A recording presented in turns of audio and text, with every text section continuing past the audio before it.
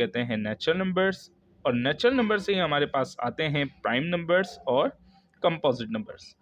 अब prime numbers और composite numbers को याद रखने में भी बच्चों को बहुत कन्फ्यूजन होती है, मगर हमारे पास इसकी भी एक ट्रिक है। जो प्राइम नंबर्स होते हैं, प्राइम नंबर्स वो नंबर्स होते हैं जो सिर्फ अपने ही टेबल के नंबर में आते हैं। फॉर एग्जांपल जैसे हमारे पास 2 है, 2 सिर्फ अपने ही टेबल में आता है। 3 है, 3 भी अपने ही टेबल में आता है। जैसे कि आपने पढ़ा है 2 1 2, 2 क्या किसी 3 के टेबल में या 5 के टेबल में या 7 या किसी भी नंबर के टेबल में आता है?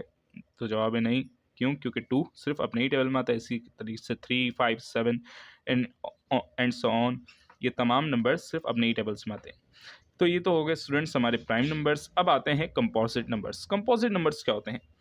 अब कंपोजिट नंबर्स हमारे पास वो नंबर्स होते हैं जो अपने भी टेबल में आते हैं और दूसरों के भी टेबल्स में आते हैं। फॉर एग्जांपल जैसे 4 1 4 एंड 2 2 4। ऐसे ही हमारे पास 6 6 1 6, 2 3 6। तो ये हमारे पास कहलाते हैं कंपोजिट नंबर्स।